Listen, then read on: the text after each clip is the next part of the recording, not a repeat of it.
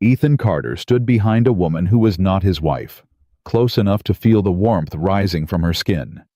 And his hands were shaking so badly, he almost dropped the zipper pull entirely. He hadn't touched a woman like this in 6 years. 6 years of silence. 6 years of telling himself he was fine. And then Sophia Bennett knocked on his door in a backless dress and asked him for one simple favor. He almost said no. He should have said no. But what he said, those 3 quiet words, cracked something open inside him that he'd spent years learning to keep sealed. Drop a comment below telling me what city you're watching from. I want to see how far this story travels. And if no one's told you yet today, you matter. Hit subscribe. Let's walk through this one together. The hallway smelled like floor cleaner and old carpet, same as it always did on Thursday nights in the Greystone apartments. Ethan Carter had lived in Unit 4B for 3 years, 2 months, and 11 days. He knew this building the way a man learns a scar. Not because he wanted to, but because it was just there, every morning when he woke up and every night when he tried to sleep. He knew which step on the stairwell groaned at the 3rd tread. He knew the elevator doors stuck for exactly 4 seconds before they opened all the way. He knew that his neighbor in 4A, Mrs. Paulson, 72 years old, perpetually suspicious, always waited until she heard his key in the lock before she'd open her door to collect her newspaper. Like she needed proof the world was still in order before she'd face it. He understood that impulse completely. It was 6:43 on a Friday evening when someone knocked on his door. Ethan was elbow deep in the kitchen sink, trying to unclog a drain that had been threatening to quit on him for the better part of a week. Lily, his 10-year-old daughter, was at the table behind him doing something that sounded like homework, but had suspiciously little pencil scratching and a whole lot of humming. "Dad?" Lily's voice went up at the end. That particular tone meant she'd heard the knock before he had. "I got it." He dried his hands on the dish towel tucked into his belt loop and crossed the apartment in 5 steps. Small space. He'd stopped noticing. He opened the door. Sophia Bennett was standing in the hallway in a dress that looked like it had been designed specifically to make men forget what they were about to say. It was deep burgundy, long and elegant, with a low back that he registered before he could stop himself from registering it. Her dark hair was pinned up, a few strands loose around her face. She was holding her clutch in both hands in front of her, which meant Ethan understood this particular geometry in the way that only a man who'd been married once and alone ever since would understand. She was nervous. Sophia was never nervous. He'd lived next door to her for nearly 11 months. He'd seen her calmly talk down a furious parent in the hallway while holding 2 grocery bags and a tote full of schoolwork. He'd seen her laugh off a broken umbrella in a rainstorm. He'd seen her navigate the building's broken thermostat situation with the calm efficiency of a military commander. But right now she was gripping that clutch like it was the only thing keeping her upright. "Hi," she said. "Hi," he said back. A full 2 seconds passed. "My zipper," Sophia said, and turned slightly to show him the back of the dress. "It's stuck. I've been fighting with it for 10 minutes and I'm going to be late and I can't." She exhaled. "Would you mind?" Ethan looked at the zipper. The pull was caught in a small fold of fabric just below her shoulder blade. A simple fix. 10 seconds maybe. He looked at it for a moment longer than he needed to. "Sure," he said. She stepped into the doorway, not all the way inside, just far enough, and turned her back to him. He could see her in the hallway mirror mounted beside the entry table, the one Lily had decorated with sticker flowers 2 summers ago that he'd never quite gotten around to removing. Sophia was watching him in the mirror. He reached for the zipper. His hands were steadier than he expected. That surprised him.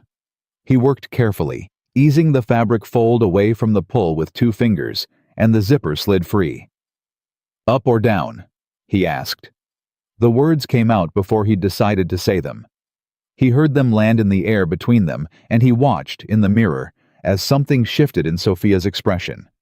She looked at him the way you look at someone when they've accidentally said something true. "Depends," she said quietly. Are you asking as my neighbor? The apartment was very still. Behind him, Lily had stopped humming. Ethan was aware of the weight of the question. Both questions, really.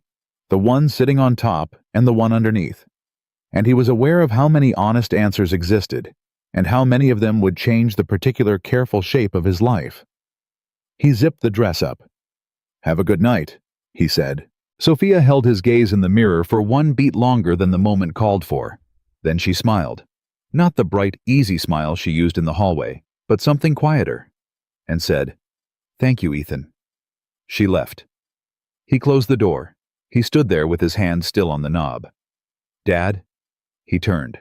Lily was watching him from the table with the unsettling perceptiveness of a 10-year-old who missed absolutely nothing. "What?" he said. "Nothing," she said, and looked back down at her homework. "Just nothing." He hadn't always been the man who played it safe. Ethan Carter at 28 had been the kind of person who said exactly what he meant, who made decisions fast and committed hard and laughed too loud in restaurants. His wife, Claire, had loved that about him. She'd told him once, early in their marriage, that being around him felt like standing in a room where all the windows were open. He'd liked that. He'd been proud of it. Then Claire got sick. And then, after 2 years of fighting in every way a person can fight, she was gone. And somewhere in the fog of grief and single parenthood and keeping a 10-year-old girl fed and clothed and emotionally intact, Ethan Carter had quietly, without announcing it, become a different man. The windows had closed, not all at once, not dramatically, just one by one, the way you close up a house for winter, until one day you can't remember what the air used to feel like when it moved. He had Lily. He had work. He was a freelance photographer, had built up enough of a client base to keep them comfortable, nothing more. He had a good enough apartment and a decent enough routine, and a neighbor who sometimes left a container of homemade soup outside his door on Sunday evenings, with a sticky note that just said, "Made too much." He hadn't thought too carefully about what that meant. He hadn't thought too carefully about a lot of things. The phone rang at 9:15 that night. It was Marcus, his oldest friend, calling from 2 time zones away, in the easy, demanding way Marcus had always had of assuming Ethan had nothing better to do. "Tell me you didn't work tonight," Marcus said. "I didn't work tonight." "Liar." "I unclogged a drain." "Thrilling life you're living." Ethan sat on the couch with the TV on mute. Lily had gone to bed an hour ago. The apartment was quiet in that particular way it got after she was asleep. Not peaceful, exactly, but hollow. "I got called for a last-minute job tomorrow night," Ethan said. "Event photography. Some charity gala downtown." "You're taking it?" "It's good money." "Ethan." Marcus had a specific way of saying his name that meant, "I'm about to say something you won't like. You know I love you, man, but you've been using 'it's good money' as a reason to do things for 3 years. It is good money. You could take one Saturday night off. And do what?" The silence on the other end of the line was its own kind of answer. "There's a woman," Ethan said finally. He hadn't planned to say it. Marcus was very quiet for a moment. "Tell me. She lives next door. She's—" Ethan rubbed the back of his neck. "She's good with Lily. She's smart. She's got this way of talking to people like they matter, like whatever they're saying is the most important thing she's heard all day, and she doesn't know she does it, which is the worst part, because she's not performing it, it's just—" He stopped. "It's just who she is," Marcus said. "Yeah. How long?" "Since about February." "Ethan, it's October. I know what month it is. 8 months." "I'm aware." 8 months of living next door to a woman you just described like a man who's been lost in a desert and found a river, and you haven't said anything to her? Ethan looked at the muted television. Some home renovation show. 2 people arguing cheerfully about tile. "She's going to a gala tomorrow night," he said. "With someone, some businessman, Michael Grant. You know the name?" A pause. "Vaguely. Finance guy. Good reputation. Everyone seems to think he's the right fit for her. Does she think that? Ethan thought about the look on her face in the mirror. The quiet, "Depends if you're asking as my neighbor," and the moment afterward when he'd zipped the dress and said nothing. "I don't know," he said. "You could ask her." "I could. But you're not going to." The tile show cut to commercial. A man and a woman laughing over something in a kitchen that was too clean to be real. "I'm taking the photography job," Ethan said. "It pays well." Marcus exhaled. "All right, man. All right." He almost didn't take the job. He'd told the agency he was available, agreed on the rate, confirmed the venue, and then spent Saturday morning second-guessing himself in the way that had become, without his full permission, one of his primary hobbies. Lily was at her friend Cora's house for the day. The apartment was quiet. He cleaned the kitchen. He organized his camera bag. He made coffee he didn't drink. At 2 in the afternoon, he ran into Sophia in the hallway. She was coming back from the gym, hair pulled back, earbuds around her neck, a tote bag over one shoulder. She looked effortlessly comfortable in the way that Ethan found quietly unfair. "Hey," she said, and her face did the thing. The real smile, the one that reached her eyes. And Ethan felt it in his chest, like a small structural failure. "Hey," he said. "Big night." "Yeah." She adjusted the bag on her shoulder. "Michael's been planning this one for a while." "You excited?" She looked at him. Just for a second, something complicated moved through her expression, quick and unguarded, and gone before he could name it. "Sure," she said. "It should be a good evening." Should be was not the same thing as will be. Ethan knew this. He did not say so. "Well," he said, "you'll be the best-dressed person in the room." Sophia looked at him steadily. "You haven't seen what I'm wearing." "I saw it last night." A pause. "Right," she said. "You did." She shifted her weight slightly. "Are you doing anything tonight? You could bring Lily and—" "I'm actually working," he said. "Photography. Event downtown." Something moved across her face. "Oh, which event?" And Ethan Carter, who had once been a man who said what he meant, said, "Corporate thing.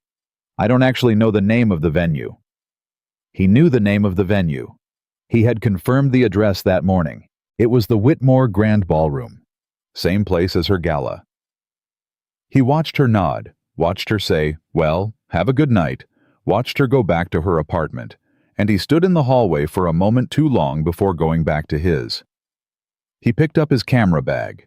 He made himself look at the gear rather than at the door across the hall.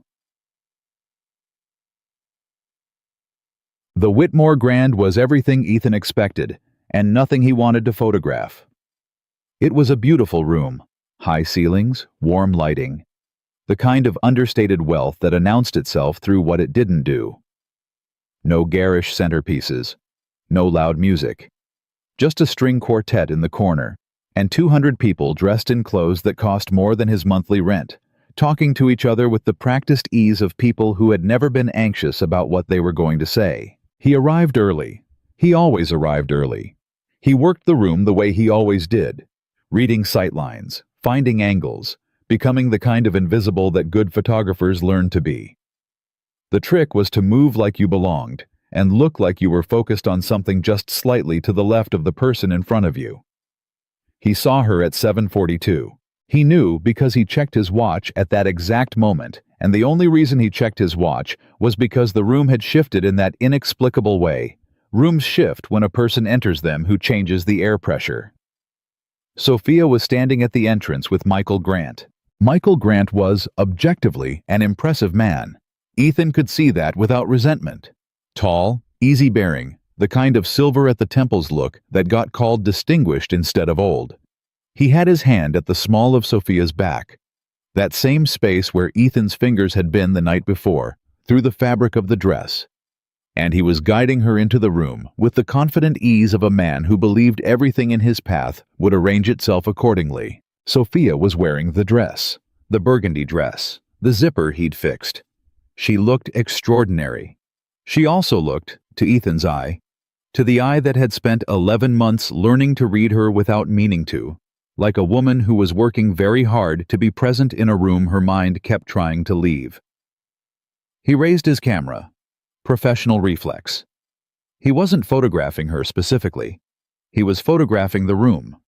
But his lens kept finding her. The way she laughed at something Michael said, just a half-second too late. The way she held her champagne flute without ever drinking from it. The way, twice in the space of 20 minutes, she turned very slightly toward the exit, as if confirming it was still there. The way she smiled at everyone who approached her, with a warmth that was genuine and complete and somehow exhausted. Ethan photographed other things, the speeches, the auction table, the swirl of people moving through the golden light. He did his job, but he kept coming back to her, the way a compass needle keeps finding north, regardless of how you turn it. At one point, around 9 o'clock, during a lull between the auction and the formal dinner, Michael Grant excused himself to speak with someone across the room, and Sophia stood alone for approximately 90 seconds. In those 90 seconds, the careful composure dropped. Not dramatically. She didn't fall apart. She was too self-possessed for that. But in the privacy of those 90 seconds, standing alone in a crowded room, Sophia Bennett looked like a woman standing at a crossroads and not particularly loving either direction. Then someone approached her, and the composure returned like a curtain closing. Ethan lowered his camera. He had spent 11 months watching this woman without truly letting himself see her. And tonight, 50 feet away, with a $1,000 camera in his hands and a paycheck waiting at the end of the evening, he finally, clearly, completely saw her. The problem was that seeing wasn't the same as doing anything about it. He knew that. He'd always known that. He raised the camera again and went back to work. He shouldn't have been surprised by the way the evening ended, but he was. Michael Grant took the stage at 9:45. He was comfortable up there in the way of a man who had spent decades treating other people's attention as his natural right. He made a few remarks about the charity. Something about youth education funding, genuine enough cause. And he made people laugh twice, which was a skill. And he spoke with the kind of fluency that came from never once having to choose between saying the right thing and meaning it. Then he said, "I want to take a moment that's a little more personal." The room softened. That particular sound of 200 people adjusting their expectations. Most of you know that I've had the privilege of spending the past several months in the company of someone remarkable. Ethan didn't move. Someone who has reminded me what it looks like when a person genuinely cares about the world around them. Across the room, Sophia had gone very still. "I'd like everyone to raise a glass." Michael looked directly at her. He was smiling. It was a good smile. To the future. 200 glasses lifted. The applause was warm and immediate and absolute. Sophia stood in the middle of it with her champagne flute raised and her face composed into something that probably looked, to everyone else in the room, like moved happiness. But Ethan was 50 feet away with a camera, and he was looking at her eyes, and her eyes looked like a woman saying goodbye to something she hadn't quite figured out yet. He packed his gear after that, quietly, efficiently. He settled the equipment cases by the service exit. He told the event coordinator he'd send the files by Monday morning. He accepted the envelope with his payment and put it in his jacket pocket. He was almost to the door when he heard Sophia's voice behind him. Not calling to him. She hadn't seen him. She was speaking to someone else, just around the corner of the service hallway. The voice she was using was the tired one. The real one. The one he'd heard twice. Once when she'd mentioned her mother was sick. Once when she'd had a genuinely terrible week at work and had knocked on his door at 9 p.m. ostensibly to borrow olive oil and had stayed, sitting at his kitchen table, for an hour. "I know," she was saying. "I know what everyone thinks." He couldn't hear the response. "It's not that simple," Sophia said. It was never that simple. He should have walked out. He knew that.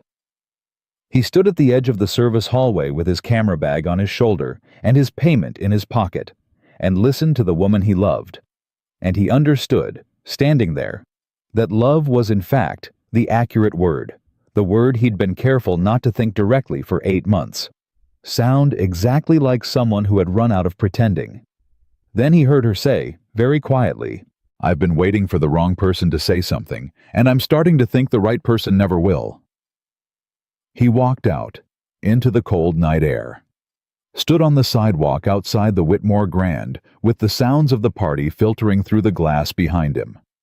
And for the first time in 3 years, Ethan Carter felt the full weight of his own silence. Not as a choice, not as protection, as a mistake. The question was whether it was too late to do anything about it. He wasn't sure. But for the first time in a very long time, not sure felt different from definitely not. It felt, in fact, almost like a beginning. The cold hit him the second he stepped outside the Whitmore Grand, and for a moment he just stood there on the sidewalk and let it. His camera bag was on his shoulder. The envelope was in his jacket pocket.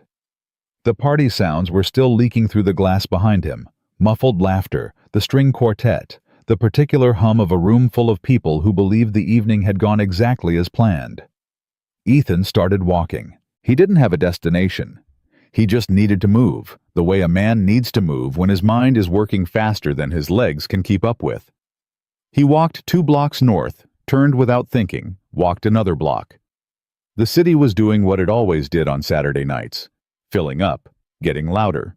People moving in and out of lit doorways with that easy Saturday energy that felt, right now, completely foreign to him. He stopped at a crosswalk and waited for the light.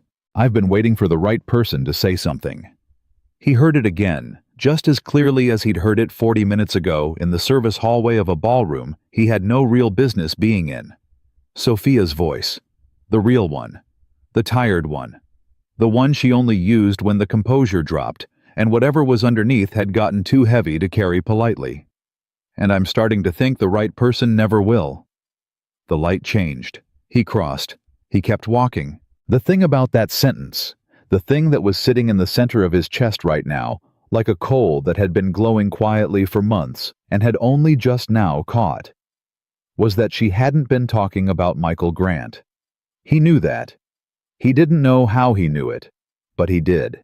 The way you know certain things, not because you've reasoned your way to them, but because something deeper than reasoning has already arrived.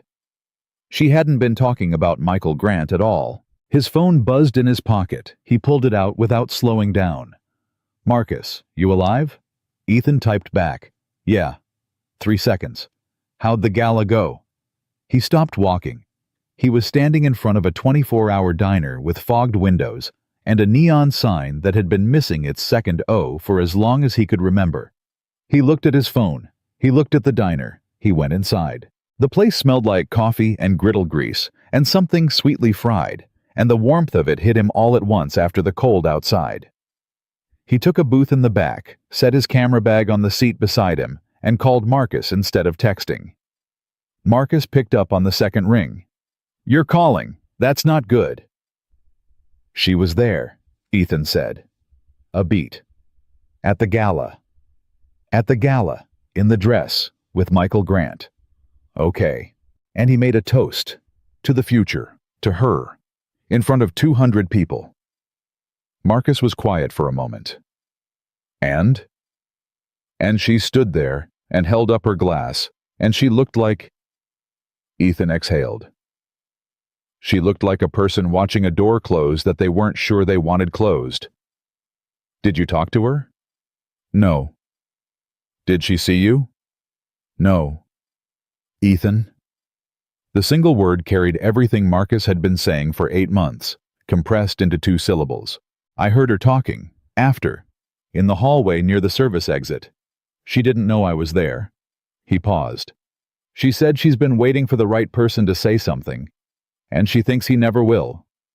The silence on the other end was different this time. Not impatient, not frustrated, just full. "She was talking about you," Marcus said. "I know. And you're calling me from... where exactly?" "A diner, 2 blocks from the venue." Instead of going back inside, the event was over. She was all ready. He stopped. She was already gone by the time I—" He stopped again. "By the time you figured out you'd made a mistake," Marcus said. "Yeah." Marcus took a slow breath. "All right. So, here's what I need you to understand. Because you are one of the smartest people I know, and also one of the most stubborn. She is not gone. She lives across the hall. You will see her tomorrow morning and the morning after that. The question is, what you're going to do when you do." A waitress arrived with coffee he hadn't ordered. He nodded at her in gratitude and wrapped both hands around the mug. "I don't know what to say to her," Ethan said. "The truth. The truth is complicated. The truth is always complicated. That's not the reason you haven't said it." Marcus paused. "You're scared." "Of course I'm scared." "Of what exactly? Give me the actual thing." Ethan stared at the coffee. He'd had this conversation with himself before, in the way that people have conversations with themselves at 2 a.m. when they can't sleep, where you get close to the real thing, and then back away from it before it can touch you. Tonight, he was too tired to back away. "She's a principal," he said. "She runs a school. She's got her life organized in ways that make sense. She knows who she is and where she's going. Michael Grant fits into that picture. He's stable, successful, the kind of man that parents approve of at Thanksgiving dinner." He paused. "I'm a freelance photographer living in a 400-square-foot apartment with a 10-year-old and a drain that keeps clogging. She leaves soup outside your door on Sunday nights," Marcus said. Ethan didn't answer. "A woman who leaves soup outside a man's door on Sunday nights for months," Marcus said, "is not thinking about his square footage." The coffee was too hot, but he drank it anyway, because the heat of it was grounding. Because sitting in a sticky vinyl booth with bad coffee and fog on the windows, and Marcus's voice in his ear was somehow exactly the kind of real he needed right now. "Go home," Marcus said. "Sleep. And tomorrow, when you see her, don't do the thing you always do." "What thing?" "The thing where you decide for her. The thing where you look at the situation and determine that the best outcome is the one where you stay quiet and everyone else gets to keep moving. You've been making decisions on her behalf for 8 months without ever asking her what she wants." He let that land. "That's not protection, man. That's just fear with good manners." Ethan set down the coffee mug. Fear with good manners. He sat with that for a moment. "When'd you get so insightful?" he said. "I've been insightful the whole time. You've been too busy playing it safe to notice." Marcus's voice softened slightly. "Go home, Ethan. Be honest. Not perfect. Just honest." He paid for the coffee he hadn't ordered and walked back out into the cold sod. The city was louder now, deeper into the Saturday night, and he moved through it with his camera bag on his shoulder and Marcus's words in his head, and the particular feeling of a man who has understood something important slightly later than he should have. When he got home, the hallway was quiet. Sophia's door was dark underneath. He stood outside his own apartment for a moment with his key in his hand. He went inside. He checked on Lily, who had come home from Cora's while he was out. He'd arranged for Cora's mom to drop her off, and who was deeply, completely asleep in the way only children and people with clean consciences can sleep. He stood in her doorway for a long moment. She had Claire's dark hair and his stubborn jaw and a way of existing in a room that made the room feel more occupied, more alive. He had spent 3 years making decisions based on what he thought Lily needed. More stability, less disruption. A father who didn't chase things that might not work out, because a father who chased things and failed was a father who came home with less to give. He'd been telling himself that story for so long, he'd stopped checking whether it was true. He pulled her door halfway closed and went to bed. He did not sleep well. He woke up at 6:41, which was earlier than necessary on a Sunday and later than his brain wanted. He lay in bed for 12 minutes listening to the building, the pipes, the distant sound of a car alarm, the particular quiet of early Sunday morning in a city that hadn't started moving yet. Then he got up. He made coffee. He scrambled eggs. He put 2 plates on the table and then sat at his own and stared at the steam rising from his mug and thought about what honest looked like without perfect attached to it. Lily came out of her room at 7:15 in her socks, hair everywhere, and sat down across from him without a word.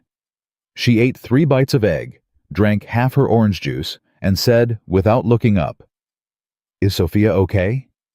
Ethan's fork stopped moving. "Why? I heard her last night, when I got home, through the wall." Lily finally looked up. Her eyes were very steady for a 10-year-old. She was crying. He put the fork down. "I didn't know she was back yet," he said carefully. "She got home like a half hour after me. I was reading and I heard it." Lily looked at her plate. It wasn't loud, just the kind of crying that sounds like someone's trying not to. Ethan sat very still. Sophia was home. She had come home from the gala, from Michael Grant's toast, from the champagne and the 200 people and the toast to the future. And she had come back to her apartment, and she had cried the kind of crying that sounds like someone trying not to. "Did you knock on her door?" he asked. "I thought about it," Lily said. "But then I thought, sometimes people need to cry by themselves first, before they're ready to talk to someone." He looked at his daughter. She looked back at him with 10-year-old eyes that had seen more than they should have had to. "When did you get so wise?" he said. "I learned from you," she said. "Also from Sophia. She's wiser, though." He almost laughed. It almost came out. He drank his coffee instead. He looked at the wall that separated his apartment from hers and thought about what it had cost her. Sophia, who was organized and capable, and walked through difficult rooms like she owned them. To let herself cry alone on a Saturday night in an apartment that shared a wall with a man who still hadn't said what he should have said. He was not going to wait any longer. He stood up. He put his plate in the sink. He grabbed his keys out of habit, then put them back. He didn't need his keys. He just needed to walk across a hallway. "I'll be right back," he told Lily. Lily looked at him over her orange juice. "Take your time," she said, with great dignity.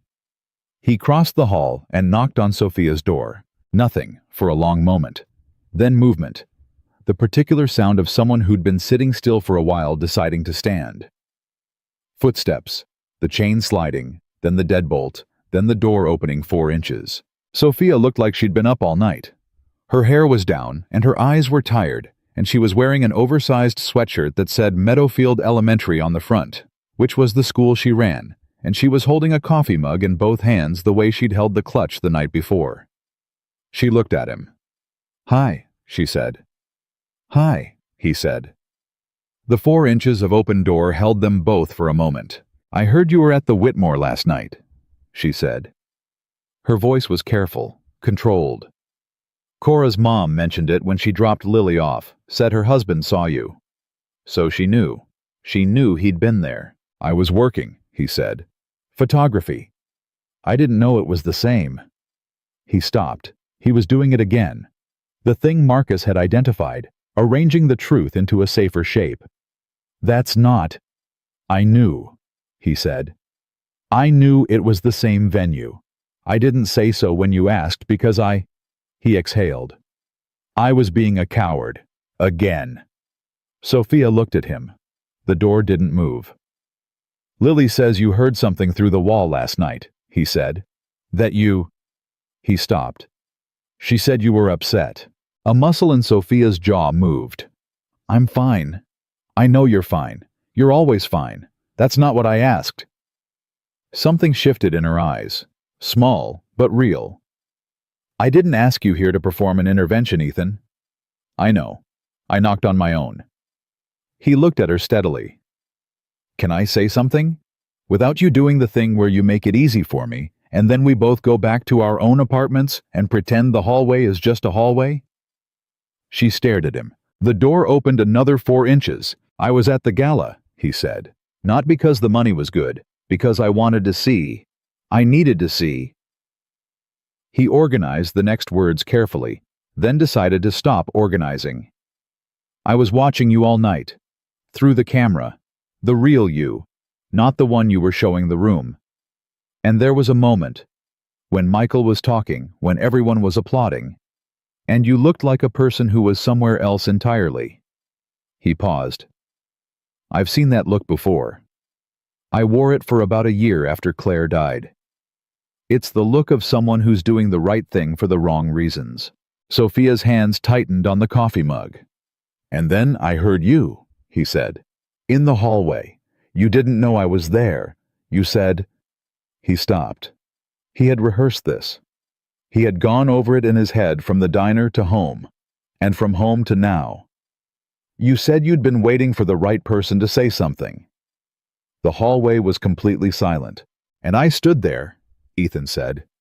And I let you walk away. Because that's what I do. Because I've been calling it being careful for 3 years, and last night, for the first time, I understood what it actually is. He held her gaze. It's fear. That's all it is. Just fear with good enough manners that it passes for a reason. Sophia hadn't moved. I'm not asking you for anything right now, he said. I just needed you to know that the reason I've been quiet isn't because I don't care. It's because I care more than I knew how to deal with, and I thought being quiet was protecting something. But standing here right now, I think all I was protecting was myself from the possibility of getting something wrong. The door opened all the way. Sophia stood in the doorway in her Meadowfield sweatshirt and her tired eyes and held her coffee mug and looked at him with an expression that was doing at least 4 different things at once. You were there, she said. Last night. You heard me. Yes. And you walked out. Yes. She nodded slowly. Not in agreement. More like a woman sorting information she already suspected into confirmed versus unconfirmed columns. Michael and I are done, she said. I told him last night, before I left. Ethan didn't speak. It was the right call, she said. It wasn't about you. I want to be clear about that. It was about me. About the fact that I've been making decisions based on what makes sense to everyone around me instead of what's true for me. I've been doing that for a long time. She paused. The toast was... it was a lot. In front of all those people. And I realized standing there that I've been letting the world write a story about my life that I never actually agreed to. I know the feeling, Ethan said quietly. She looked at him. I know you do. Another silence. But it was different from the ones before. There was something in it. Something that had been blocked before, the way water backs up behind a dam, that was now, carefully, starting to move. I'm not ready, Sophia said. I know. I'm serious. I just ended something last night. I need time, space. I need to not have someone waiting outside my door looking at me like... She gestured vaguely in his direction. Like what? Like I'm the answer to something, she said. He took that. He didn't push it away. Okay, he said. I'll give you space. Whatever you need. He held her gaze. I just needed you to stop wondering if the right person was ever going to say anything. Because he was. He's just slow. The corner of Sophia's mouth moved. Not quite a smile, but adjacent to one. Historically slow, she said. Glacially, he agreed. She laughed. One small, genuine, completely unguarded laugh that she hadn't planned and couldn't entirely contain, and it landed in the hallway between them like a window opening. Then she pulled back. Not away, just back. I need time, she said again. I heard you, he said. I'll be right there. He nodded toward his door. If you need anything. She nodded. She started to close the door. Stopped. Ethan. Yeah. She looked at him for a long moment. Thank you for not walking out again. He held her gaze. I'm working on it, he said. The door closed. He stood in the hallway for a moment, then walked back to his apartment where Lily was eating toast and pretending to read and absolutely monitoring the situation through her peripheral vision. He sat down. He picked up his coffee. Well, Lily said, not looking up from her book. She needs time, Ethan said. Lily turned a page. Then you wait, she said simply. He looked at his daughter. He thought about everything that had taken him 3 years to half understand, and wondered how she'd arrived at it by 10. "Yeah," he said. "Then I wait." He drank his coffee. The morning moved around them, quiet and ordinary, and for the first time in longer than he could honestly measure, the quiet didn't feel like absence. It felt like the space before something. The days after that Sunday morning had a particular texture to them that Ethan hadn't experienced in a long time. Not good exactly. Not bad. Just alive in a way that ordinary days hadn't been for longer than he wanted to calculate. He kept his word. He gave her space. He didn't knock on her door. He didn't manufacture reasons to be in the hallway when he heard her moving around. When they crossed paths, at the elevator, at the mailboxes, once on the stairs on a Tuesday evening when they were both coming home at the same time, he was warm and easy and completely, deliberately normal. He asked about her day. She asked about Lily. They talked for a few minutes the way neighbors talk, and then they went to their separate apartments, and Ethan went to bed at night and stared at the ceiling and thought about what it cost a person to be patient when patience felt like holding your breath underwater. Lily noticed, of course. Lily noticed everything. "You're being very calm," she said on Wednesday morning, in the particular tone she used when calm was not a compliment. "I'm always calm," Ethan said. "You're being extra calm, like when you're trying not to show something." He put a plate of toast in front of her. "Eat your breakfast." "I'm just saying," Lily said, eating her breakfast. The week moved. He had 2 shoots, a corporate headshot day on Wednesday, a family session on Saturday morning, a couple who'd been together 30 years and wanted updated photos because, the wife had told him on the phone, 30 years deserved to be documented properly. He liked that. He found himself thinking about it through the shoot, the particular conviction in her voice when she said it. 30 years deserved to be documented. He came home from the family shoot on Saturday at noon to find a container of soup outside his door. He stood and looked at it for a long moment. It was the first one in 3 weeks. She'd stopped leaving them the weekend after the gala, and he hadn't commented on it because it wasn't his to comment on. But now there was a container, still faintly warm, and a sticky note on top that didn't say made too much like they usually did. This one said, "Chicken and rice. Good for thinking." He picked it up. He looked at her door. He looked back at the soup. He went inside and ate it at the kitchen table while Lily was at Cora's, and he thought about what it meant that a woman who needed time and space had still, quietly, left soup outside his door on a Saturday afternoon. He thought about it for a long time. At 2 o'clock his phone rang. Not Marcus this time, a number he didn't recognize with a local area code. He answered. "Ethan Carter?" A man's voice. Professional. Even. "Speaking." "This is Michael Grant." Ethan sat very still. The soup container was still on the table in front of him. The sticky note was beside it. "I got your number from the event coordinator at the Whitmore," Michael said. "I hope that's not inappropriate." "What can I do for you?" Ethan said. Not a question. A flat statement that was also a question. "I'd like to meet," Michael said. "I think there are things you and I should probably say to each other directly, rather than around each other, if you're willing." Ethan's hand tightened on the phone. He looked at the sticky note.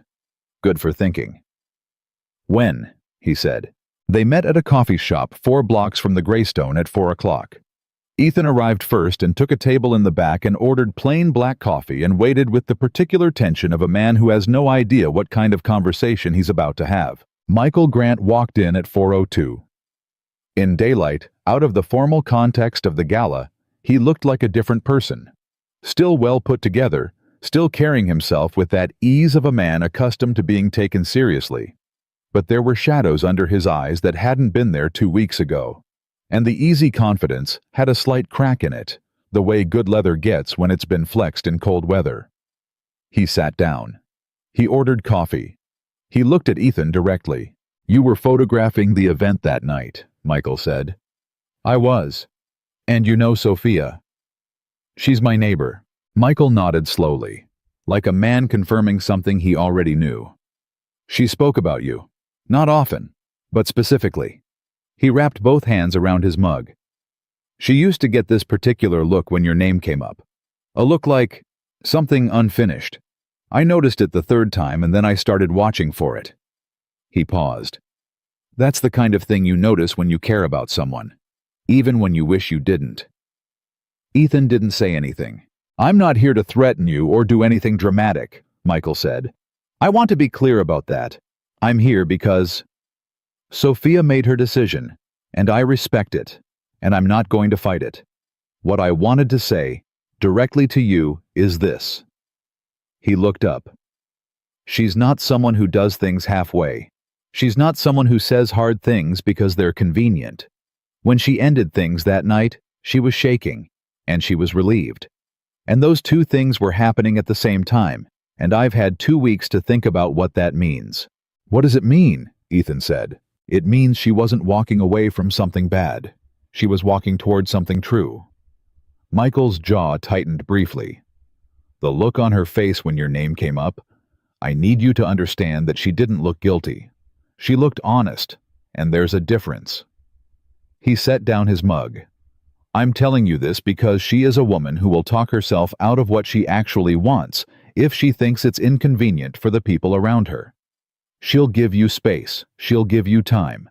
She'll do everything except tell you what she needs because she's spent a long time believing that what she needs is less important than what makes sense to everyone else. Ethan felt something solidify in his chest.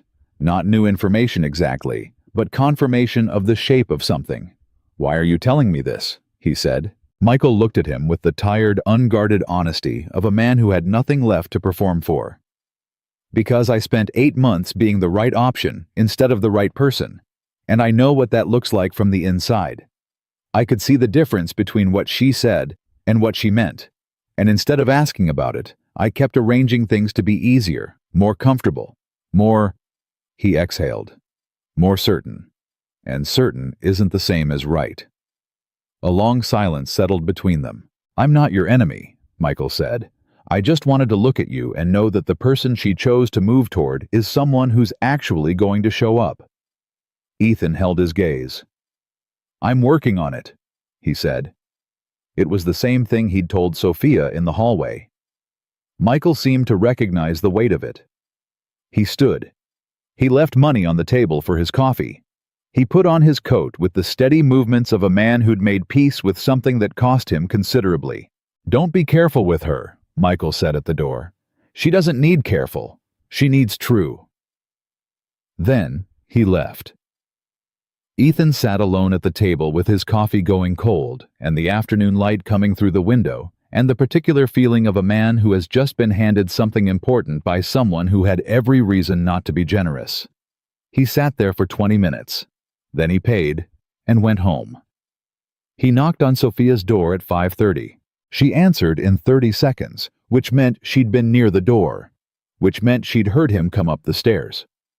She was wearing the Meadowfield sweatshirt again, and her hair was down, and she was holding a book with her finger marking the page, and she looked at him with an expression that was 3 parts careful and 1 part something else entirely.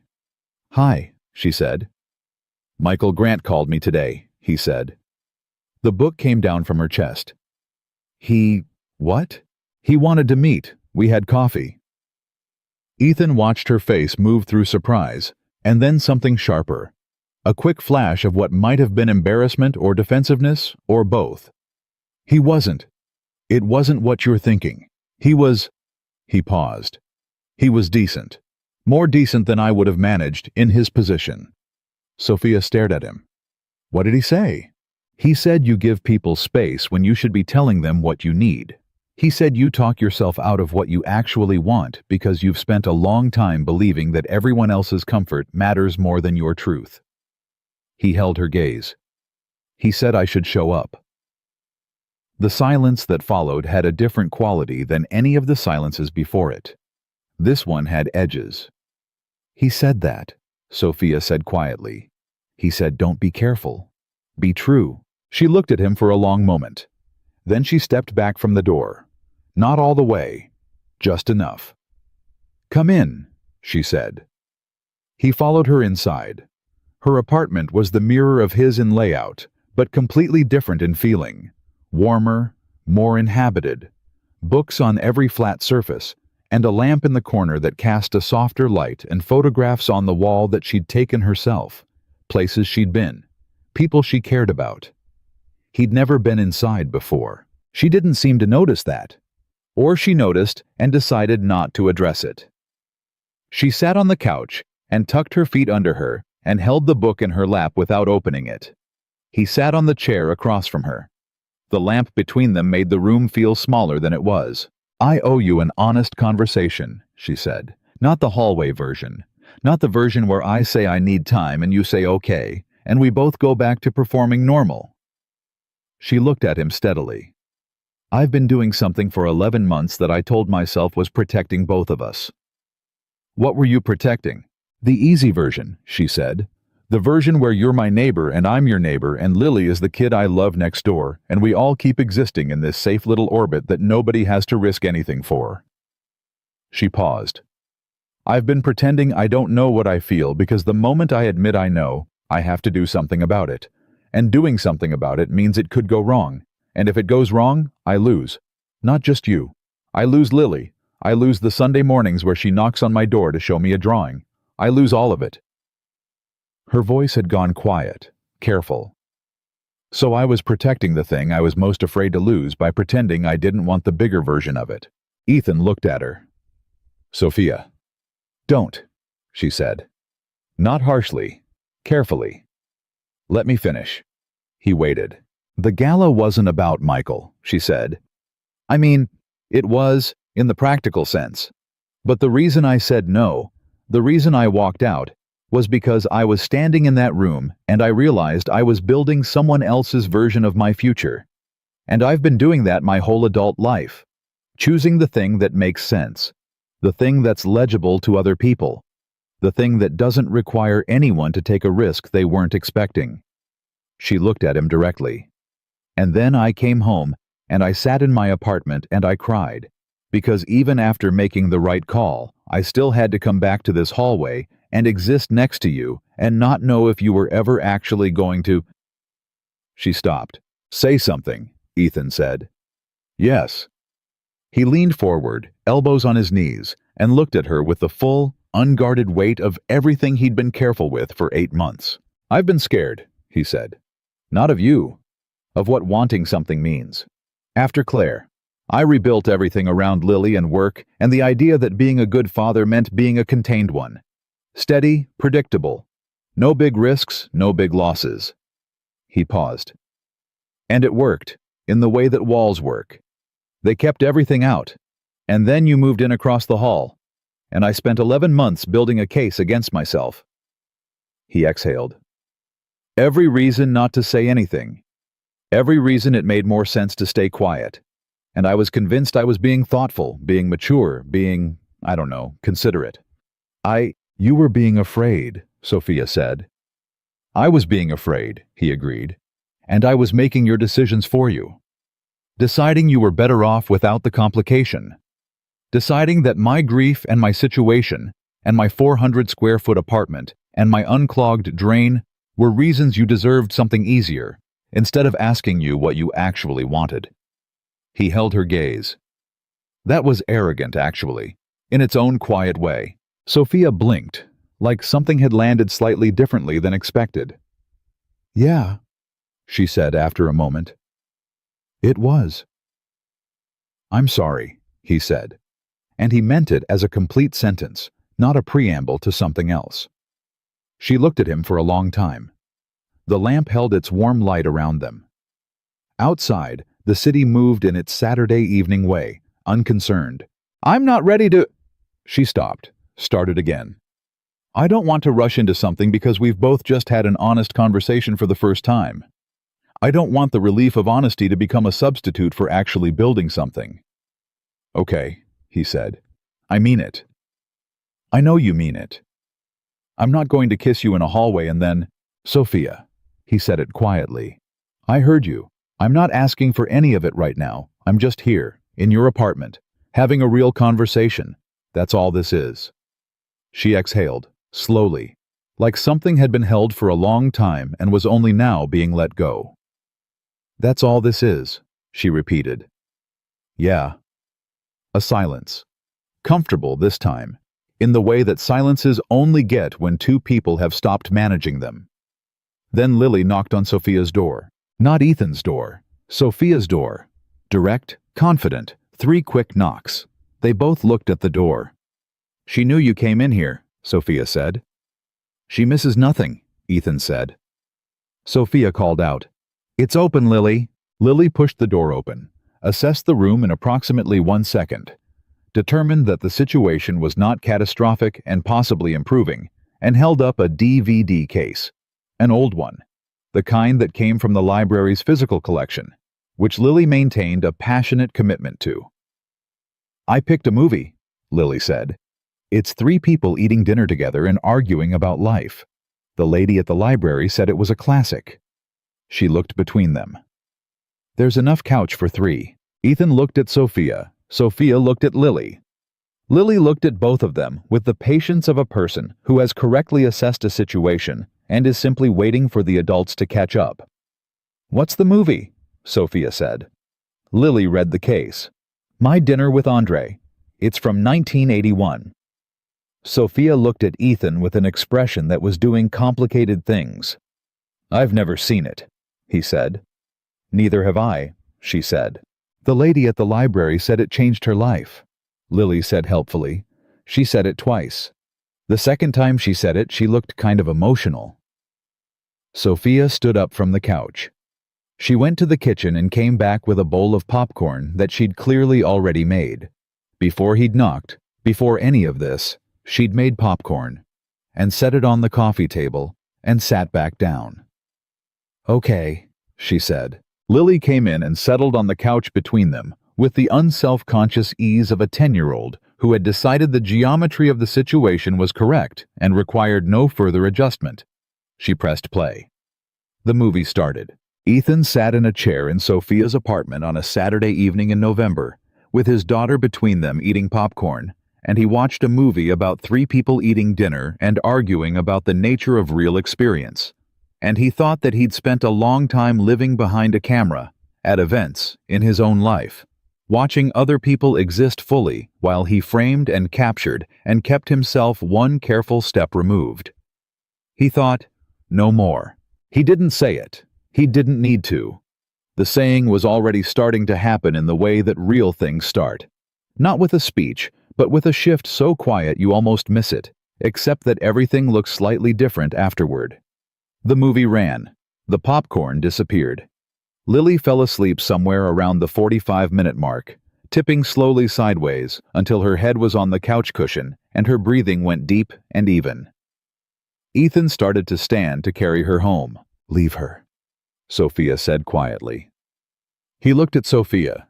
She was watching Lily sleep with an expression that broke something open in him gently, not violently, the way light comes in through curtains in the morning. "She's fine here," Sophia said. He sat back down. The movie kept going. At some point, Sophia shifted, pulled a blanket off the back of the couch, and draped it over Lily without waking her. Small, practiced gesture. The gesture of someone who'd thought about doing it before. Around 10 o'clock, the credits rolled. Sophia looked at him across the sleeping child between them. "She was right," Sophia said. "The library lady."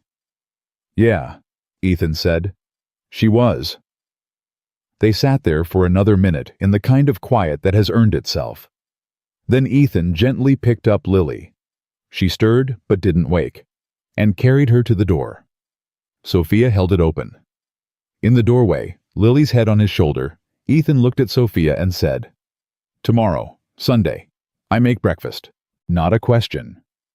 Sophia looked at him for a moment. "What time?" she said. 8, he said. 8 is early on a Sunday." "I know." A pause that lasted exactly long enough. "Okay," she said. 8. He carried Lily across the hall. He got her into bed without fully waking her. He went back to the kitchen, washed the 2 coffee mugs from the morning, and stood at the sink with his hands in the warm water and felt the exact, specific shape of where things stood. Not finished, not fixed, not even fully started, but real. For the first time in longer than he could honestly say, what was between them was simply, completely, undeniably real. And real, he was beginning to remember, was always where everything worth having had to begin. He made Eggs Benedict. Not because he was trying to impress her, or maybe partially because he was trying to impress her, but mostly because it was the one dish he'd spent 3 years perfecting on Sunday mornings as a way of making the day feel like it deserved effort. And it seemed right that the first Sunday morning Sophia came across the hall, he would give it the effort it deserved. She knocked at 8:03, 3 minutes late, which was actually remarkably punctual for a Sunday, and when he opened the door, she was holding a bag from the bakery 2 blocks down, the good one, the one with the line out the door on weekends. And she was wearing jeans and a soft gray pullover, and her hair was still slightly damp at the ends, and she looked like a person who had made a decision and was living comfortably inside it. "I brought croissants," she said. "I made Eggs Benedict," he said. She looked at him. "You made Eggs Benedict on a Sunday morning." "I make it every Sunday." "Every Sunday." "It's my thing."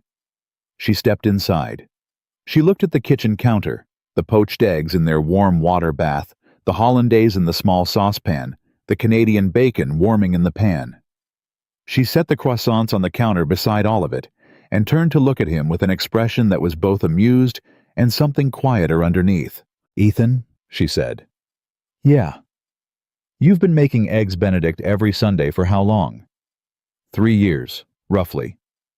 "And you've never once invited me." He looked at her. "I'm inviting you now."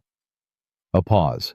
Then she pulled out a bar stool and sat down at the counter, and the morning arranged itself around them, the way mornings do when something has shifted and the shift is good. Lily came out at 8:20 in her socks, assessed the situation. Sophia at the counter, croissants, the smell of hollandaise, and said, "Okay, good," with the quiet satisfaction of a person whose plan was proceeding correctly. Then sat down and ate 2 croissants and talked about a book she was reading. And it was ordinary in the exact precise way that extraordinary things sometimes disguise themselves as ordinary until you're so deep inside them you couldn't leave even if you wanted to. After breakfast, Lily disappeared back to her room with the focused energy of someone with important drawings to complete. And Ethan refilled the coffee, and Sophia stayed, and they talked for 2 hours at the kitchen table the way people talk when they've stopped being careful. Moving from small things to larger things, from preferences to histories, from what they liked to how they'd gotten to be the people who liked them. Sophia told him about growing up in Columbus, Ohio, the middle child of 3, the one who mediated everything because someone had to, and she'd decided early that she was the best person for the job. She told him about becoming a teacher before a principal, and how she still missed the classroom sometimes, the specific intimacy of 22 kids who needed her to make sense of the world. She told him about a relationship in her early 30s that had ended badly enough to make her cautious, and how cautious had gradually become her default setting without her noticing. Ethan told her about meeting Claire in a photography class he'd taken as an elective, how he'd been trying to photograph her for 6 weeks before she finally pointed at the camera and said, "That's very flattering, but you could just ask my name." He told her about the years that were good and the years that got hard, and the particular, disorienting way grief worked. Not like a wound that healed, but like weather, changing constantly. Sometimes clear for so long you thought it had passed, and then present again. Differently shaped, demanding to be felt. "Do you still miss her?" Sophia asked. She asked it directly, the way she did everything, and he appreciated that she didn't tiptoe around it. "Every day," he said. "Not the same way, but every day." He looked at his coffee mug. "Lily has her eyes, so there's that." Sophia nodded. "Does it?" She paused. "Is it complicated? Being here, doing this, does it feel like I'm replacing something?" I was going to say betraying. He thought about it honestly, the way she deserved to have him think about things. "No," he said. It took me a long time to understand this, but loving someone new doesn't erase what came before. It's not a replacement. It's just, he searched for the word, more. It's just more of the same capacity, pointed somewhere new. He looked up at her. Claire would have liked you. She had terrible patience for people who didn't say what they meant, and you... He stopped. Say what I mean, Sophia said. Almost always, when you're not protecting people. She looked at him steadily. Almost always, she repeated, and there was a trace of something in it. Acknowledgement, maybe, of the gap between almost always and what had lived in that gap for 11 months. Almost always is better than I managed, he said. She smiled, small, real, without performance. Yeah, she said. You're a work in progress. Absolutely, he agreed.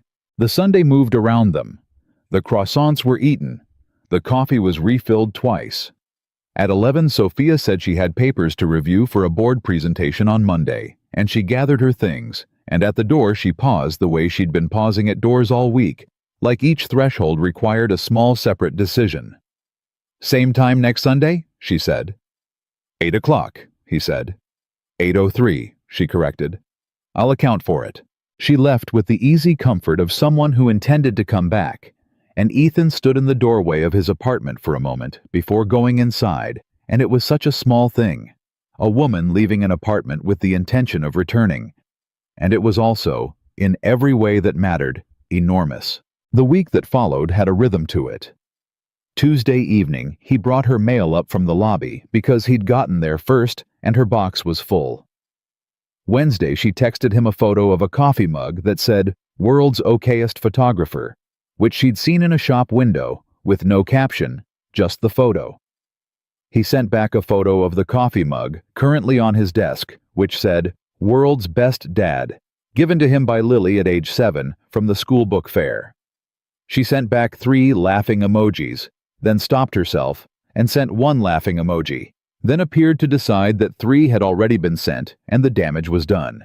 Thursday evening, Lily knocked on Sophia's door with a drawing she'd made, a picture of the 3 of them, identifiable primarily by hair color and approximate height, and presented it with the gravity of a formal diplomatic gift. Sophia hung it on her refrigerator.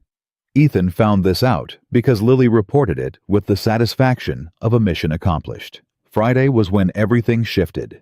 He was editing photos from the week's sessions, the corporate headshots, a product shoot he'd picked up last minute, when his phone rang at 2 in the afternoon. The school's main number.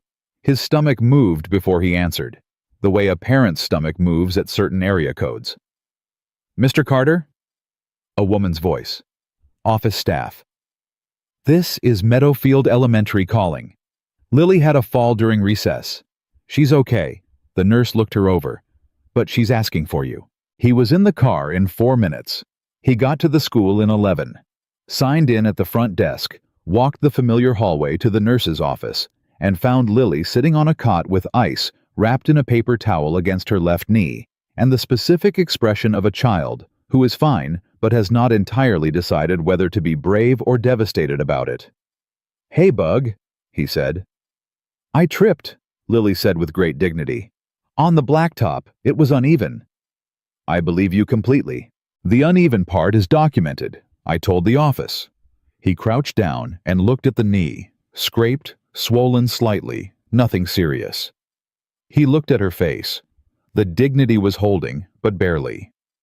He opened his arms and she leaned into him and held on for about 30 seconds, which was how long it took for the dignity to fully reassemble itself. He was signing the early pickup form at the front desk when he heard heels on the hallway floor behind him and turned to find Sophia walking toward him with the clipped, purposeful stride of a principal who'd just gotten off a call and heard that one of her kids, because that was how she thought of them, all of them, the whole building full, had been in the nurse's office. She stopped when she saw him. Something crossed her face. Relief first, then the professional composure settling back around it. "She's okay," Sophia said. "She's okay."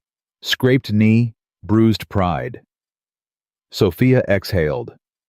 "I heard the call come in. I was across the building." She looked past him at Lily, who had appeared from the nurse's office and was watching this exchange with great interest. "Hey, Lily, I heard you had a rough recess." "The blacktop is uneven," Lily said. "I've submitted a formal complaint to the front office." Sophia's mouth did the thing. The fight to stay professional, losing to the smile underneath. "I'll have maintenance look at it Monday," she said. "I take all complaints seriously, especially formal ones." Lily nodded, satisfied. Ethan looked at Sophia in her principal's cardigan and her principal's composure and thought about Sunday mornings and the kitchen table and 3 years of perfected hollandaise and the particular shape of a life that was quietly, incrementally becoming more than it had been. "Thank you," he said. She looked at him. "I didn't do anything." "You cared," he said. "That counts." She held his gaze for a moment. The hallway was full of the ordinary sounds of a school at 2 on a Friday. Distant bells, voices, the specific hum of a building full of people too young to be performed at. She looked like she belonged in it completely, and also like she was, for this particular second, somewhere else. "I'll see you Sunday," she said. 8 o'clock, he said.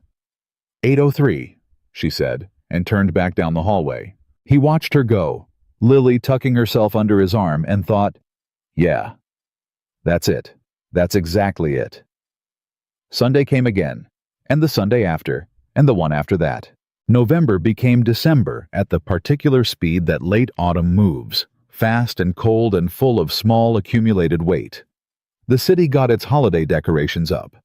The Greystones lobby got a tree that Mrs. Paulson from 4A maintained an opinion about.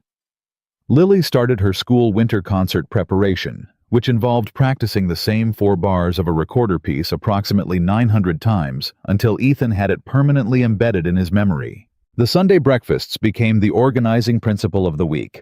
Not officially, not discussed or declared, just the natural gravity of a thing that was working, pulling the days around it into orbit. Sophia started bringing things other than croissants.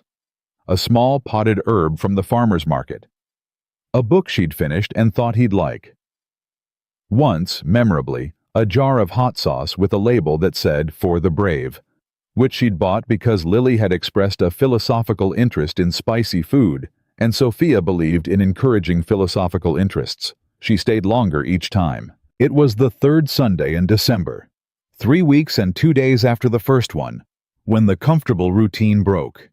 He heard it at 7:45 in the morning, before she was supposed to arrive, before Lily was even fully awake. A voice in the hallway. Low, male, with the particular timbre of a conversation that was not designed to be casual. He went to the door, looked through the peephole. A man he didn't recognize was standing at Sophia's door. Tall, late 40s, wearing a coat that looked like travel. That particular look of someone who has come from somewhere directly to here without stopping to settle. He was talking, and his posture was tense, and Sophia was standing in her doorway with her arms crossed and an expression Ethan had never seen on her before. Not the composed one, not the warm one, not the tired, honest one from the hallway weeks ago. This was the expression of a person dealing with something they had thought was finished. Ethan stood at his peephole for 5 seconds. Then he opened his door. Both of them looked at him. The man turned with the evaluating look of someone assessing an interruption. Sophia looked at Ethan with something that landed between grateful and complicated. "Morning," Ethan said. Conversational. Easy. Looking at Sophia rather than the man, because Sophia was the person whose cue mattered. "Morning," she said. Her voice was steady, but there was a pressure behind it. "This is a private conversation," the man said. Ethan looked at him directly. "I live here," he said simply. Not aggressive, just factual. "Ethan," Sophia said. "This is Daniel Marsh. He's—" She paused in a way that held a significant amount of history. "We were together, a few years ago. He's in town for work." Daniel Marsh looked like a man who had arrived with a plan and was recalculating it in real time. "I just wanted to talk," Daniel said to Sophia. Not to Ethan. Back to Sophia. I've been thinking about some things, about what I should have done differently. Daniel, Sophia said, I'm serious. I'm not trying to. Daniel. Her voice was firm now, calm but unmistakably closed. What we had was real and it was a long time ago and I wish you well. But I don't have space for this conversation right now. My life is... She paused. Her eyes moved briefly to Ethan. Something passed through her expression, quick and deliberate and clear. My life is full right now, in good ways, and I'd like to keep it that way. Daniel looked at her for a long moment, then at Ethan, then back at her. Okay, he said. And there was a tiredness in it. Not defeat exactly, but the weight of a man who'd arrived somewhere to find the door had already been filled in. He left. The elevator doors opened and closed, and the hallway went quiet. Sophia stood in her doorway with her arms still crossed, and then slowly, deliberately, she uncrossed them. She exhaled through her nose, the long exhale of something that had briefly tensed the whole body and was now leaving it. Sorry about that, she said. You have nothing to apologize for, Ethan said. She looked at him. You heard what I said? I wasn't trying to. You heard what I said to him, she said, more quietly. Not an accusation, an acknowledgement. That my life is full, in good ways. I heard it, he said. She looked at him for a moment that was longer than casual and shorter than everything it contained. Good, she said, and went back inside to get her coat. She came to breakfast 8 minutes later, not 8:03, and she sat at the counter while he finished the hollandaise, and she talked to Lily about the winter concert and the recorder and the philosophical hot sauce project. And everything looked, from the outside, like a Sunday morning. But something had shifted. Something had been said. Not to him, technically, but with full knowledge that he could hear it. And the weight of it was different from all the comfortable weeks before. It was the weight of a declaration. Not performed, not arranged. Just real. The way real things are when they come out of a person in a hallway at 7:45 in the morning before they've had time to think about the best way to say them. Lily went back to her room after breakfast and left them at the table with the coffee going warm and the croissant bag empty and the Sunday quiet doing what Sunday quiet does. My life is full, Sophia said, not to open a conversation, just to say it again, this time with him as the only audience. He looked at her across the table. Mine too, he said. She nodded, not a resolution, not a conclusion, just a recognition. Two people, at a kitchen table, on a Sunday morning, saying the true thing at the same time, and neither of them flinching from it. He refilled her coffee. She wrapped both hands around the mug. Outside, the city moved through its December cold, indifferent and busy, and inside the apartment, the particular warmth of something real and earned and not yet finished held the two of them steady, the way good things hold people. Not by keeping the world out, but by making the world easier to face with someone beside you. Lily's recorder drifted out from behind her closed door. The same 4 bars. Over and over. Sophia looked at the ceiling, then at Ethan. How long has this been happening? She asked. 11 days, he said. And you're still sane. Barely, he said. She laughed. The real one, the unguarded one. The one that had been the first thing that had ever cracked his careful quiet open. And he sat across from her in the apartment that had been too small and too quiet for 3 years, and thought that it was, right now, exactly the right size.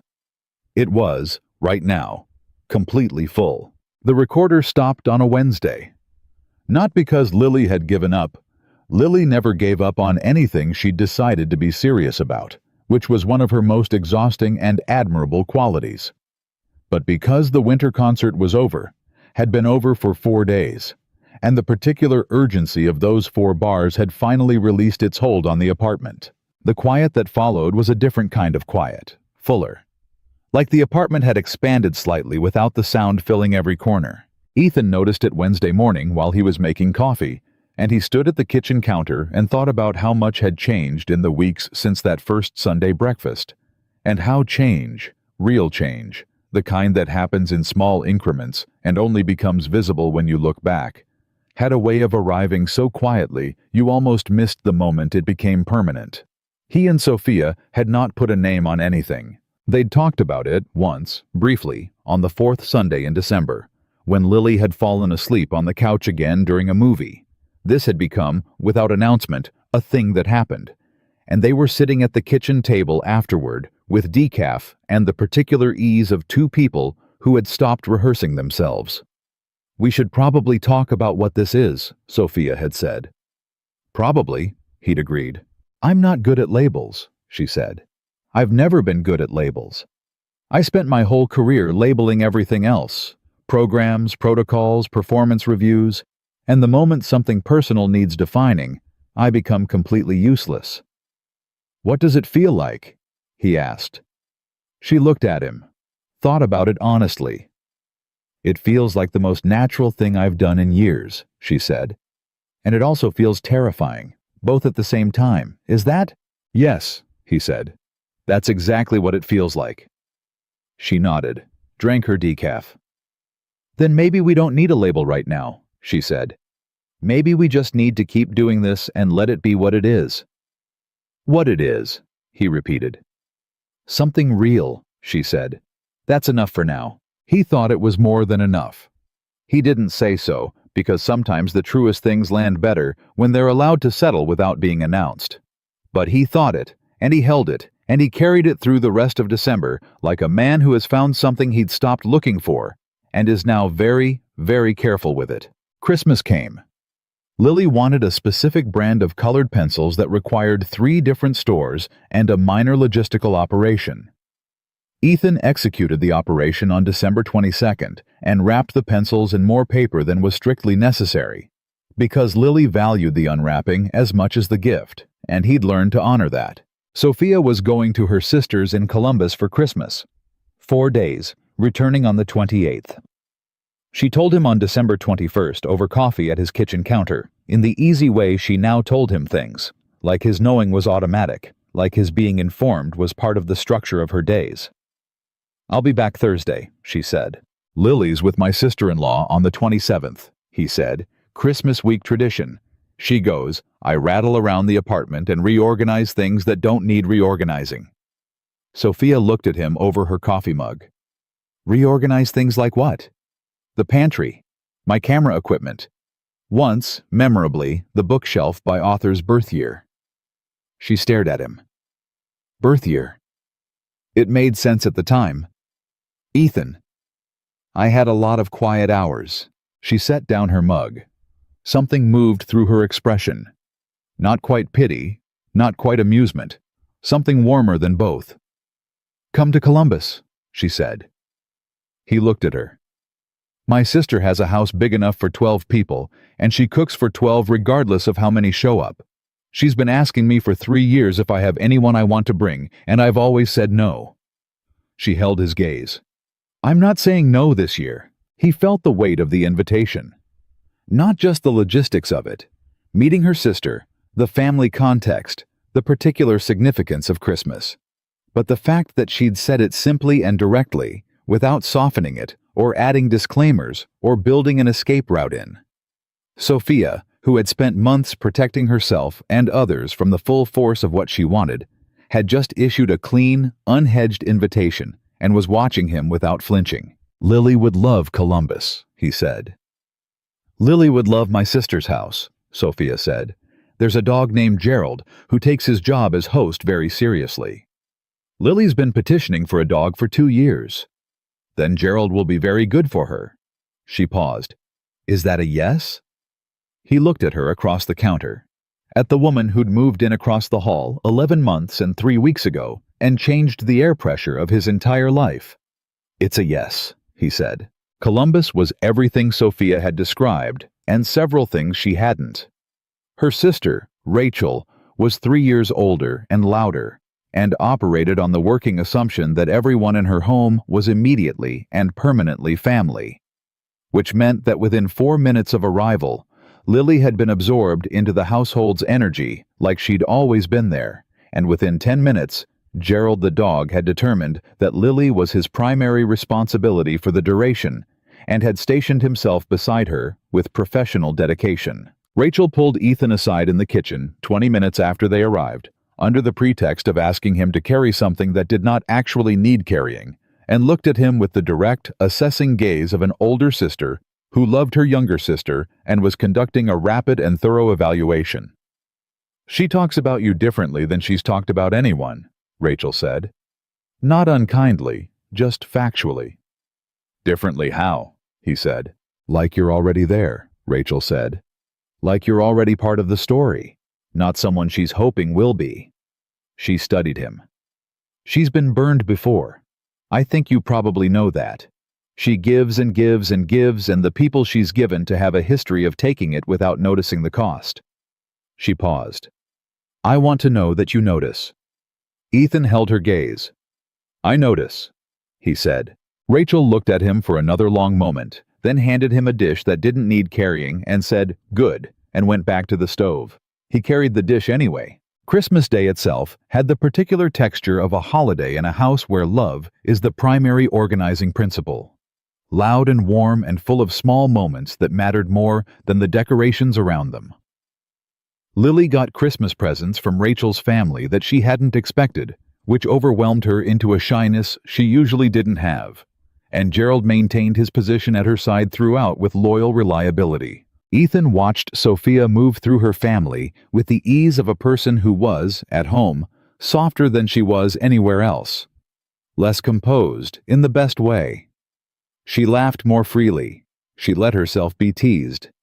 She sat next to him at dinner, and at one point, without looking at him, reached over and put her hand over his on the table and left it there for the rest of the meal. It was the first time she'd touched him deliberately, outside of the incidental contact of a shared life. He turned his hand over and held hers. Neither of them mentioned it afterward. It didn't need mentioning.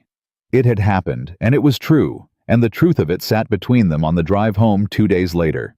Lily asleep in the back seat with Gerald's send-off dog hair on her jeans, like something they'd both agreed to carry without making a production of it. They got back to the Greystone at 9:30 on December 27th. Lily went straight to bed, genuinely exhausted for the first time in weeks. Ethan and Sophia stood in the hallway outside their doors with their bags still on their shoulders and the building quiet around them. "Good Christmas," Sophia said. "Best one in a while," he said. He meant it precisely, and she knew he meant it precisely. She nodded, started to reach for her door, stopped. "Ethan?" "Yeah." She turned to look at him. And he understood, in the way he'd gotten better at understanding over the past weeks, that something was about to be said that had been waiting to be said. Not a crisis, not a problem, just a truth that had ripened.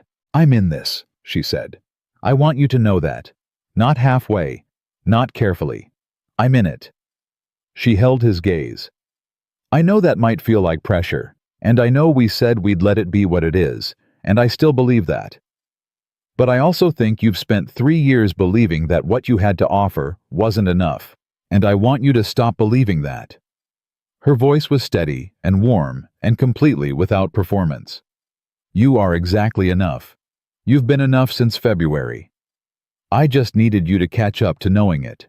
He stood in the hallway with his camera bag on his shoulder and his daughter asleep across the hall, and the woman in front of him saying the thing that had needed to be said since before either of them understood it needed saying. "I'm catching up," he said. She smiled. "I know," she said. "I can see it." She went inside. He stood in the hallway for a moment, then went inside too, and sat at the kitchen table in the quiet apartment and put his head in his hands and breathed slowly, the way a man breathes when something that has been clenched for a very long time finally, completely lets go. January came cold and clear. The new year had the particular feeling of a year that intended to be taken seriously. Ethan felt it in the way he felt most things now. Not at arm's length, not through a lens, but directly, fully. He took a job in the first week of January that he would have turned down 6 months ago. A gallery in the city had reached out in December. They'd seen his work through a client referral. wanting to know if he had a body of work they could consider for a spring exhibition. He'd put them off in December because December had been full of other things. In January, he called them back. He had the work. He had 3 years of Sunday mornings photographed with the kind of attention a man pays to things he loves without saying so. Lily's hands around coffee mugs too large for her. The light in his kitchen at 7 a.m. The hallway of the Greystone in its various states of ordinary. He had more work than he'd realized. He'd been documenting his life without understanding that was what he was doing. He told Sophia about the gallery offer on the first Sunday in January, over Eggs Benedict. Lily present, and eating toast, and listening with the frank interest she applied to most things. Sophia put down her fork. "An exhibition," she said. "Spring. They want to see a portfolio." "You're going to do it." "I'm considering it." "Ethan." She looked at him the way Rachel had looked at him in the Columbus kitchen. Direct, assessing, without patience for self-diminishment. "You're going to do it." "It's not—" "Don't," she said. Not harshly, just firmly. "Don't do the thing where you talk yourself out of a good thing because accepting it feels like more than you deserve. You've been doing that your whole life with more things than just this." She held his gaze. "Say yes." He looked at her across the table. He looked at Lily, who had stopped eating toast and was watching him with the specific expression she used when she agreed with someone and was waiting for him to agree too. "Okay," he said.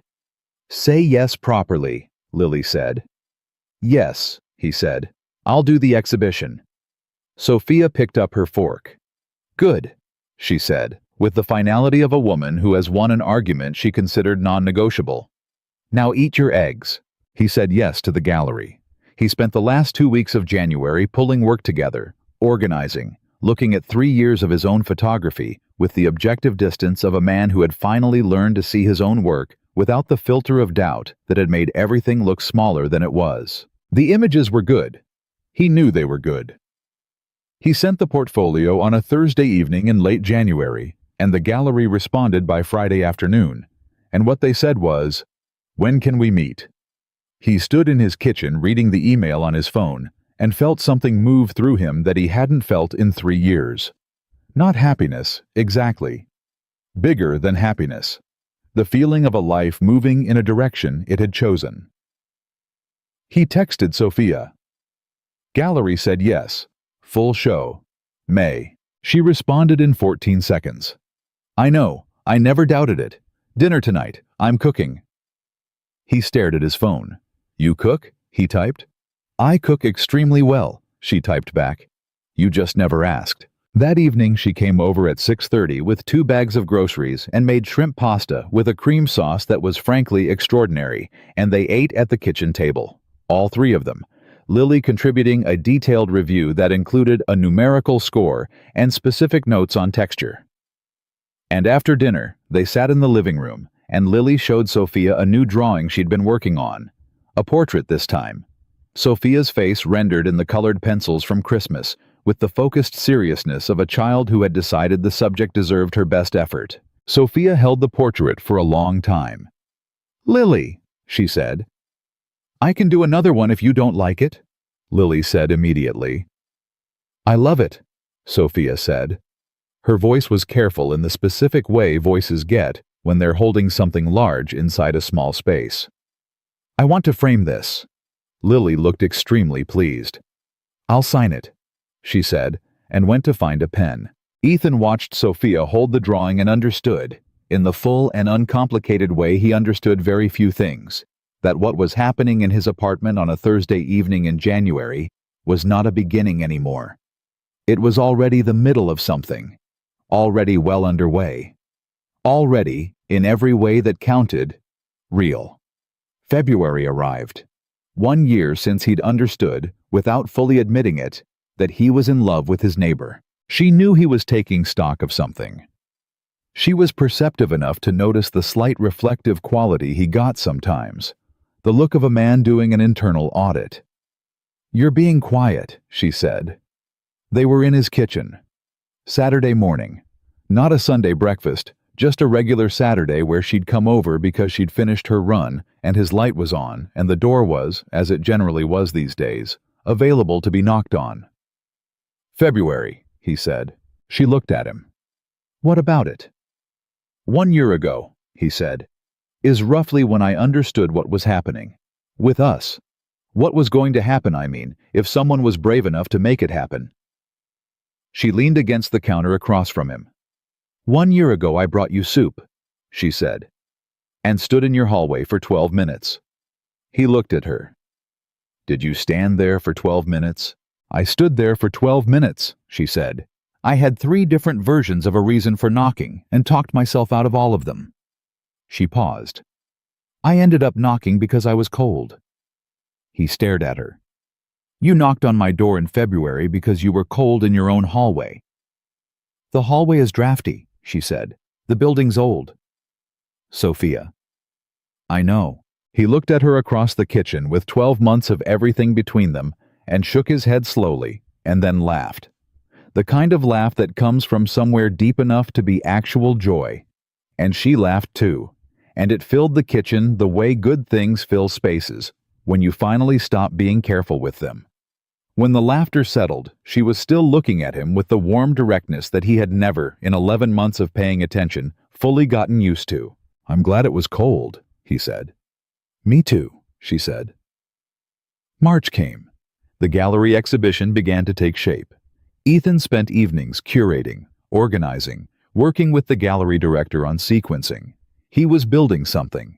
He could feel it the way you feel structural things, not just in your hands, but in your whole orientation. It was a Friday evening in March, 3 weeks before the opening, when Sophia knocked on his door at 6:30, and he opened it, and she was wearing the burgundy dress.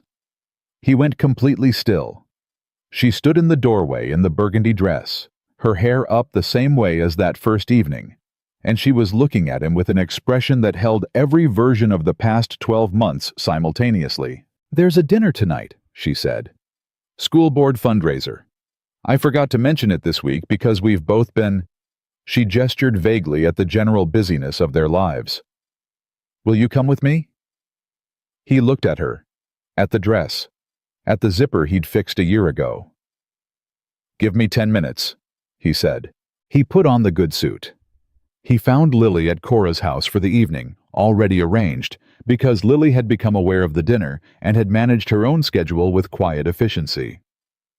He came back to the hallway where Sophia was waiting, and she looked at him in the suit with an expression that she didn't entirely manage to keep neutral. "You look good," she said. "You've seen me in this before." "I haven't, actually. You wore a different jacket at the gala." He looked at her. "You remember what jacket I wore at the gala?" She looked entirely unashamed. "I notice things," she said. He stepped toward her and she turned, without being asked, the same as before. The same dress, the same doorway, the same geography, but everything else completely different. He reached for the zipper. It wasn't stuck this time. It was fine. She'd known it was fine. He understood that, and he understood why, and he held the moment for exactly as long as it deserved. She looked at him in the hallway mirror. The same mirror. Lily's sticker flowers still on the frame, slightly more faded, one of them starting to peel at the edge. "Up or down?" he said. She held his gaze in the glass. "Forward?" she said. He smiled. She smiled. Not the composed ones, not the careful ones, the real ones, the ones that had been working their way to the surface for a year through all the silence and the fear and the slow, necessary courage of 2 people learning to stop protecting themselves from the best thing in their lives. He offered her his arm at the door. She took it without hesitation. They walked out into the March evening together, into the city, into the cold air, into the ordinary, extraordinary fact of a life being lived fully and honestly, and without the careful management of a man who had forgotten, for a while, that the windows were supposed to be open. Ethan Carter had spent 3 years learning to live in the smallest possible version of his life. And then a woman had moved in across the hall and knocked on his door in February because the hallway was cold. And slowly, imperfectly, one honest conversation at a time. He had remembered what it felt like when the air moved through. He had asked a question a year ago that was really 3 questions, and she had answered the one underneath the ones on top, and it had taken them 12 months and a gala and a coffee shop and a Columbus Christmas and Sunday mornings and cold hallways and the kind of patience that only looks like patience from the outside. From the inside, it is simply love, doing what love does when it decides to stay. Forward was not a direction on a map. It was a decision, and they had both finally made it.